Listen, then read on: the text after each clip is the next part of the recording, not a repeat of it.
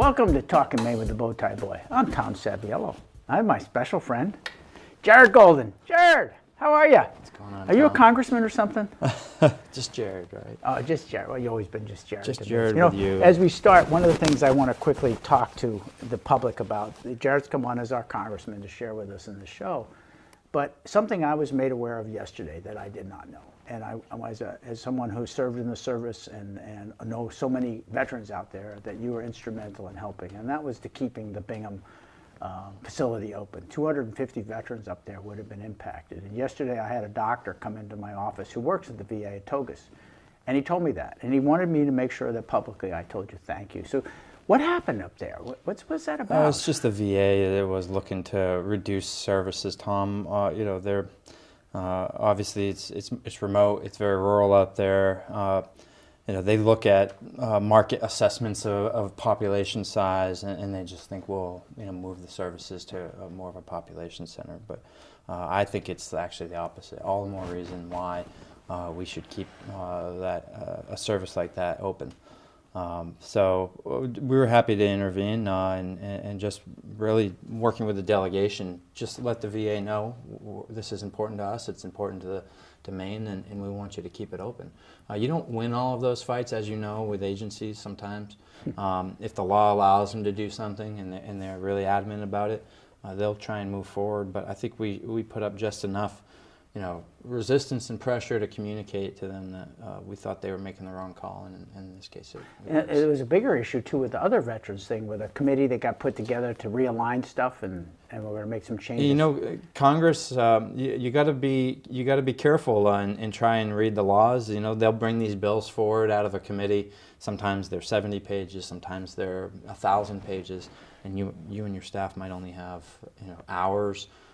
You know, if you can get a band of people together for like bigger bills, you can insist on, we need 3 or 4 days to dig through this.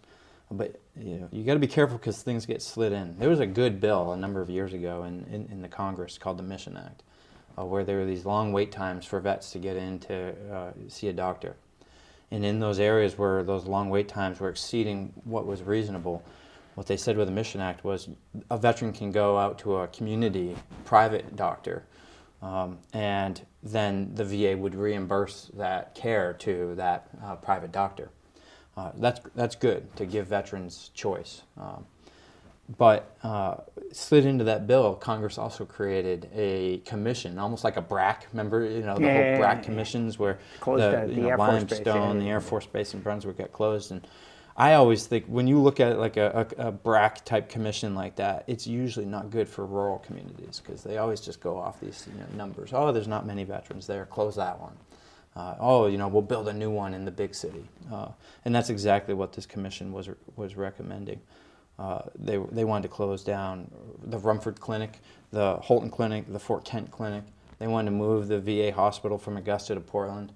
And I was able to get an amendment put into a funding bill here this year to block all that from moving forward. So really important for Maine and a lot of other rural communities around the country. You know, per capita, Maine, I think, has by capita the second most veterans in the nation. I don't know who's first, but we're second. We fluctuate between like second and fourth. Second and fourth. Yep. It's right up there because people here did their duty in service. You're an example of that. You Yep. know, you came here to UMF, and as the balloon went up, you went as a Marine. Yeah, I came here in the fall of 2001, and of course 9/11 happened very quickly. I actually ran into a table of Marine recruiters right in the Student Center on the way to the cafeteria one day, and you know, the rest is history.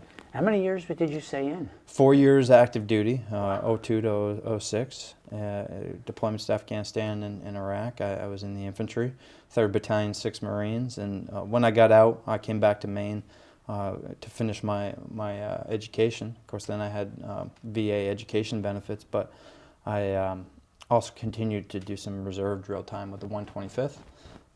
So I guess all in, probably, you know, 6 or a little over 6 years of actually actively, you know, putting on the uniform and going out and training or deploying.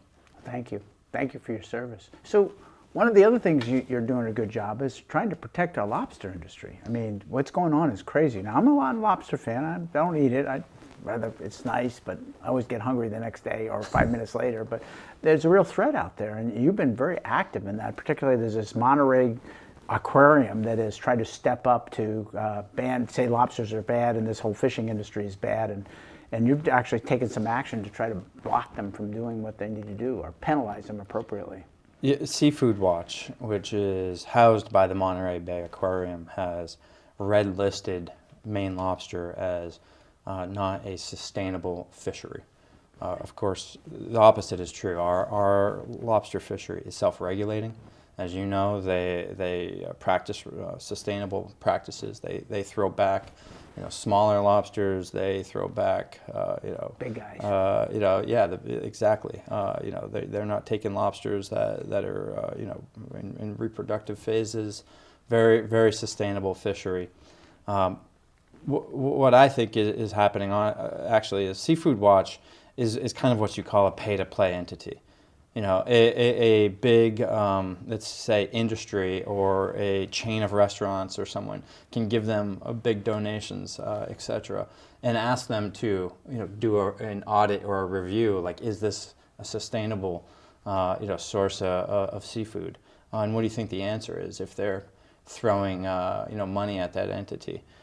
Conversely, I think a lot of environmental groups like Conservation Law Foundation, the Center for Biological Diversity, they all share this big network of donors, corporate and just people with personal wealth. And I think they're funding that aquarium and pressuring them to come after a fishery that's sustainable, but say that it's not. And of course, it's all about the right whale, which they claim is getting entangled in Maine lobster gear. But they don't have a single field gathered piece of data that has occurred since the year 2004. So they haven't seen actually Maine gear before they started changing it to be acceptable. Yes. That's actually tangled up a right whale since 2004. Yes, that's right. Wow. 18 years since there was a piece of Maine gear found on a right whale, and yet Seafood Watch has made this decision. So Angus King and I have put in legislation to try and block all of their federal research dollars, not just to be vindicative and because we support the lobster fishery, we do, but also because we feel like an entity that bases itself on scientific practices, who accepts federal research dollars, ought to be held accountable if they're not using sound science and making pretty big, meaningful decisions that could destroy an entire fishery, and with it all the livelihoods of those fishermen, their families, and those communities. They don't have any data to back up their decision. Wow, I mean, it's pretty scary. I know one of the things of course, you this did. is a tough issue, Tom. I have been actively trying since 2019. I tried to bring an amendment on the House floor to block NOAA's ability to use any funding to move forward with these regulations. For some reason, well over half of the Republican caucus voted against that. Wow. You and I know politically sometimes they just look and say, we're not going to support something. Democrats, yeah, a Democrat is putting this forward. That's unfortunate because I think these are really unjustified government regulations, and they shouldn't be allowed to move forward. But I've also appealed directly, repeatedly, to President Trump, now President Biden, and I've been joined in doing that by both of our senators and Congresswoman Pingree to say, you've got to take a look at this. And ideally what we would like is a White House or president who would tell their Commerce Secretary to fight against these lawsuits rather than just kind of try and dodge that arrow. Essentially, they're sidestepping the lawsuits being brought by these environmental groups, trying to just avoid being held responsible.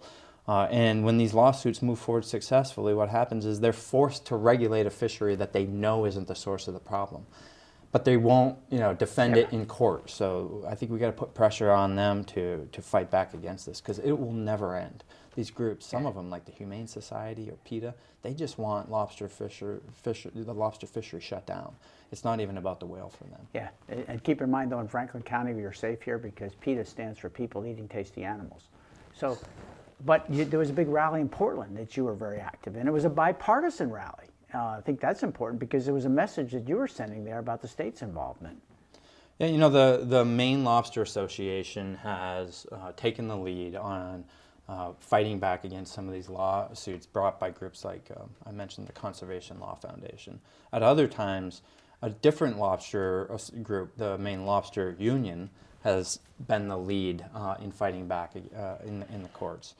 And always the state has joined as an intervener, but not actually been, the main, kind of legal team. And my feeling is, why not have the state leading? Saying essentially to the courts and to the rest of the world that the people of Maine stand fully behind our lobster fishery and their sustainable practices. That we're willing to put taxpayer dollars up against it and lead. And in so doing, hopefully, lead these two groups together, right? Rather than having one lead and then the other lead and they're arguing. Let's just have a unified front across the entire state. I think it's important that the state, as you said, takes the lead because it is important. It's taken to the court. This is an industry that's very important to us. It's like the paper industry when it's dying here because the state was an adversary in many cases to what we were trying to do instead of helping us try to get there. Now they're all trying to help us, but it's well too late. Jared, in Congress, you have procedural votes like we had in the House, and I've shared this story with other people. When I ran for the Senate for the first time, an individual wrote a letter to the editor that slammed me for like 13 or 14 bills that I had voted no. One of them was a veterans bill, and he even wrote in the article, says, "Come on, Tom." Well, so I got up pretty upset, and I looked it up. Well, they were all indefinite postponements. As you and I know, that's a way that you keep it from going to the floor and having a debate, but it's a procedural vote. So if you want to speak on it, you vote against the procedural vote. If you're part of the party, you vote because your leadership says this is something that's important to us. It is not a law that's been put into place. Aren't you dealing with that a little bit and different things that are being said about you? I've seen that many times, Tom. You got to look at what the actual motion is that someone is voting on. For every law or would-be law that I vote on in the House of Representatives, there are 3 procedural votes that will precede it. There will be a rule vote, something called the previous question, and also a motion to recommit. All of those are procedural votes. They have nothing to do with any policy that has been put forward. And you're going to vote, if you're in the majority party, with the majority party on those procedural votes. If you're in the minority, you will vote against them. That is true 99.9% of the time for everyone there. Then when it comes to the actual bill, I think that's obviously where the vote matters. That's what people send you there to really get into, which is, are we for or against this proposed new law? And so when people are out there saying, golden votes with Pelosi 83% of the time or whatever it is, I think people should just keep in mind that 3 out of every 4 votes is just a procedural vote, and everyone does it that way. The fact of the matter is I'm number 7 out of 435 in voting across the aisle, and I've taken some big votes, and I think people remember that, Tom. I mean, I have voted against some of the premier pieces of the Biden agenda and been a lone voice early on in 2021, warning that after all of the 2020 COVID spending, we had to pump the brakes, avoid more stimulus because of what I saw coming down the road, which was inflation, of course. Sadly, I was right about that, but it was the right vote as well. So if I remember correctly, too, you told me that Pelosi doesn't vote all the time. She doesn't, as a speaker, she doesn't cast a vote. She usually doesn't vote. She only votes when she chooses to, or if there's a tie, which almost never happens in the House in particular. Of course, you see some ties in a 50-50 Senate, and the vice president votes in those instances. But the speaker, no matter who the speaker of the House is, rarely votes. They probably will vote on 10% of the hundreds of votes that will be taken in any given Congress. So that's another factor here. If you actually just compared my votes versus her votes on actual policies, it would be a much different number, and I think it would be very obvious that I'm someone who's been a bit of a anomaly. Anomaly, I guess is the. I was looking for the nice word. I guess thorn in their side. Yeah, I've been there. I kind of know what that feels like. I know you do. At a lower level, but it's not a good place to be. But you get attacked by your own party when you break with your own party. Okay, I'm fine with that. but you almost always get attacked by the other party anyway. Anyway, right? so yes.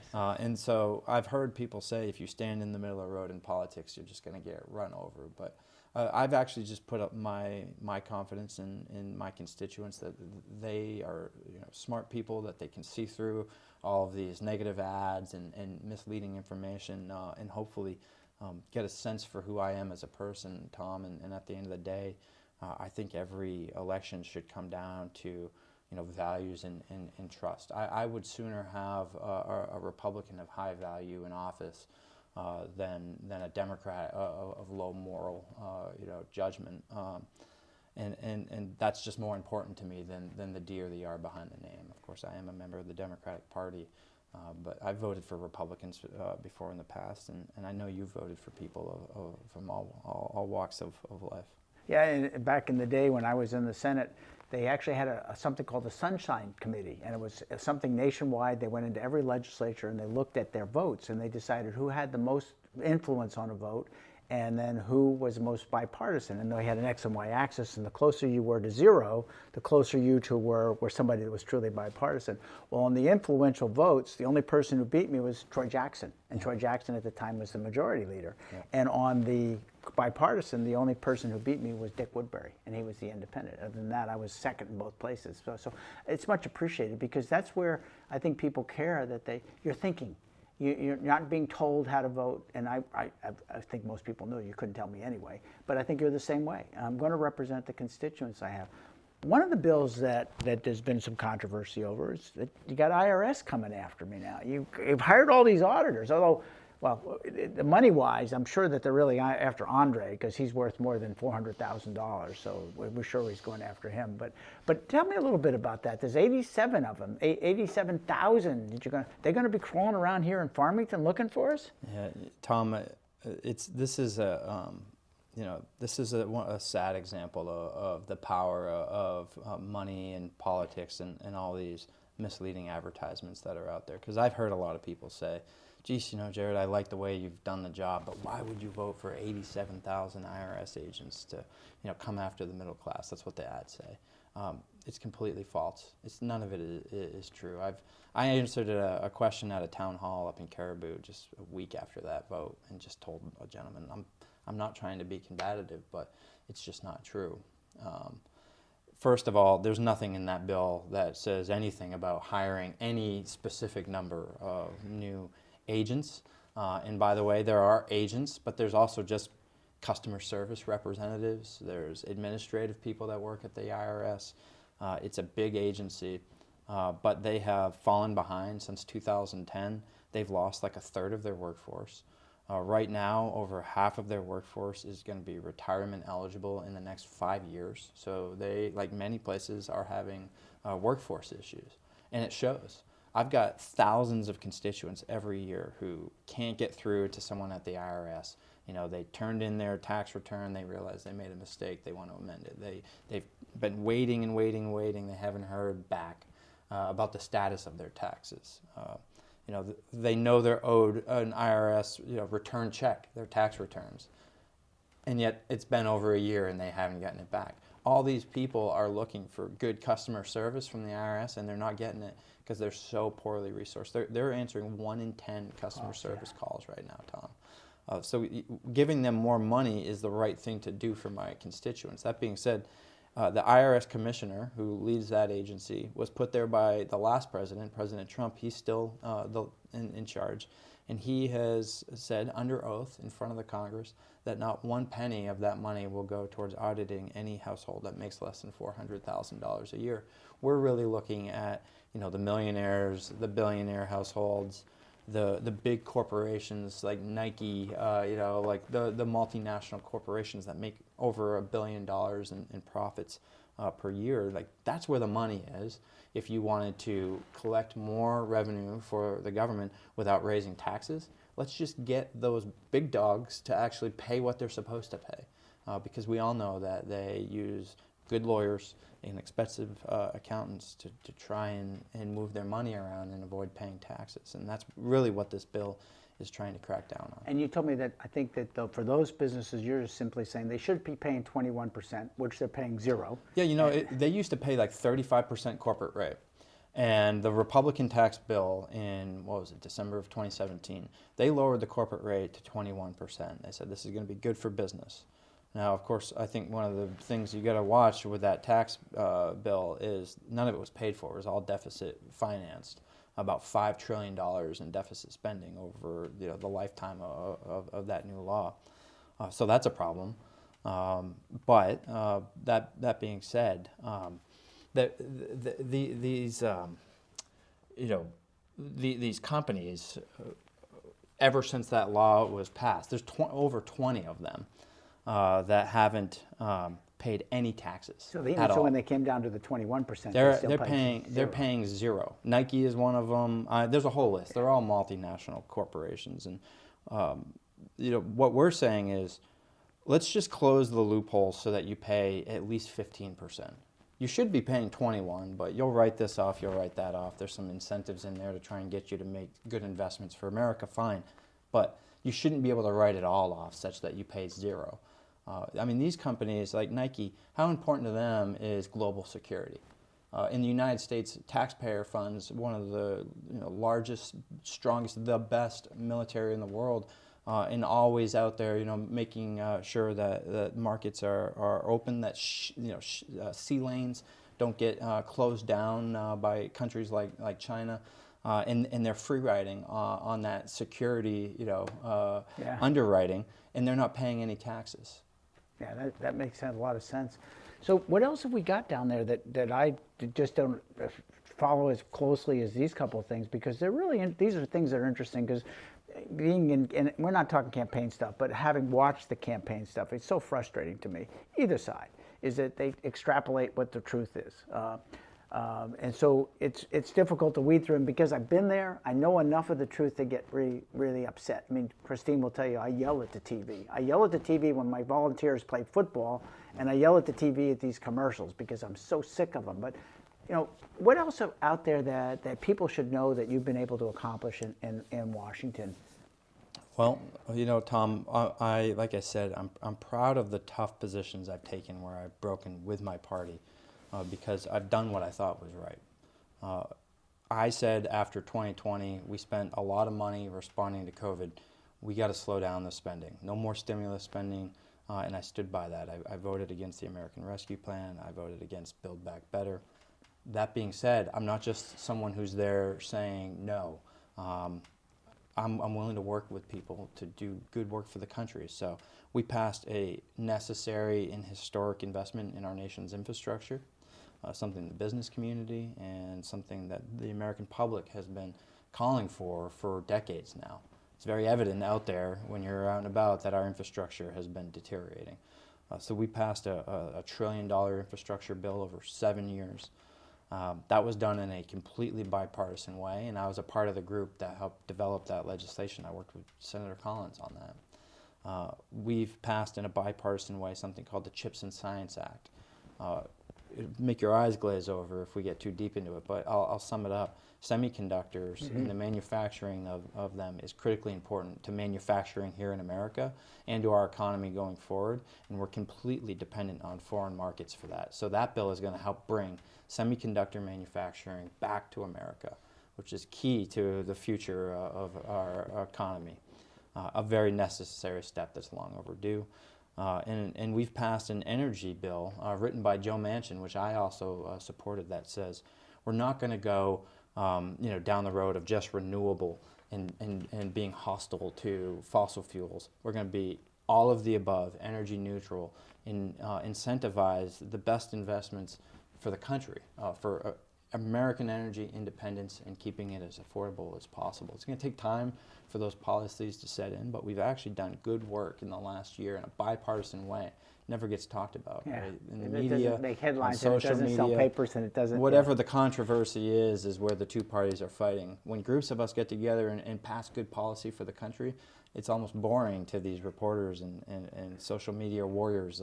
They don't talk about it. It's like a lot being in the Maine legislature. They always find, there's 2,000 bills introduced, 1,500 or 1,600 get killed outright, or may even pass, and then you really get down to a finite 50, maybe 50 that you're debating, and of that maybe 10 But those 10 are the headlines. They don't talk about all the things we did together because it makes no sense. That's right. They only talk about those 10.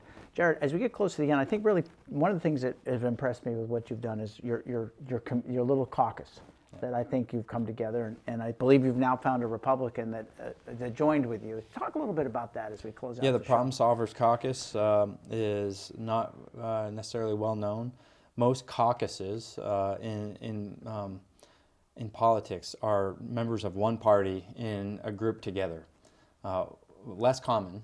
In fact, I only know of two, and I'm a member of both of them, are caucuses that are formed of both Democrats and Republicans. One is called the Problem Solvers Caucus. There's 56 of us. You cannot join unless you get a member of the other party to join with you. So it's split evenly, 28 and 28 right now. And all that bipartisan success that I was just talking about, the infrastructure bill, the semiconductor manufacturing bill, all done in a bipartisan way that could not have been successful if not for the Problem Solvers Caucus. I'm also the chair, co-chair of another bipartisan caucus of veterans. Most of us are post 9/11 era veterans serving in the House. There's, I think, 26 of us. We don't require that it be perfectly even in that caucus. We just want people who are committed to working together for the good of the country. The only requirement is you got to be a veteran. And I co-chair that with Don Bacon. He's a Republican from Nebraska. Wow, cool. So one of the things I surprised you with in a question before is, what do you like about being down there? And I think you had a really great answer, even though I kind of surprised you. You did. You caught me off guard on the radio, Tom. I don't. Yeah, you know, you worry that you sound too negative when you say this, but I think you got to be honest. I don't enjoy politics. I hate the ugliness of it. You know, the spin and the misleading, you know, ads and members. I mean, there's plenty of members that will, you know, stand up there and I can tell you for a fact they're not telling you what they truly believe in their heart, and they'll do it just for political reasons. They want to get reelected, or you know, they just want to amp up you know, their base, or they're even trying to turn on the money spigot and get donors to give money to them, whatever it may be. I hate all that. Hate it, hate it, hate it. It's worth putting up with when you get to see the effect you have on your constituents' lives, helping them through constituent services, the work of my staff, or the ability to get good things done, like bringing home millions of dollars to our community college system to create training programs for welding, help get more people the opportunity to work at a great place like Bath Iron Works, or the mechanized logging training program that I've supported in the last year. We just did for Jay, Livermore Falls. We were able to get federal money to upgrade their wastewater treatment facility. It's going to save property taxpayers hundreds of dollars in property taxes a year. It had to be done.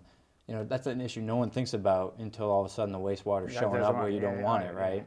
It's critical infrastructure, and it's rewarding to be able to be a part of fixing things for the people you represent. So Jared, I appreciate you coming on the show, and you'll come back again, I'm sure. Of course. It's great to have you serving this community, and great to have you as a congressman as accessible. And one thing I need to say is thank you for your work with Central Maine Power, and especially thank you to my friend Eric Cantor. I forgot to mention Eric. I got to give him a shout out. You're talking about the quarter, of course. That's right. Yeah. You were the one guy who stood with us to help us fight through that, and it was much appreciated and much recognized. You didn't take a side. You just pushed so we had answers that we couldn't get. The process needs to be done fairly. The law needs to be followed without shortcuts. And people deserve transparency in a big process and a big decision like that. And you helped out. Jarrett, it's always a pleasure. I look forward to the next time. Thanks for tuning in with Talkin' Maine with the Bowtie Boy. We'll see you next time.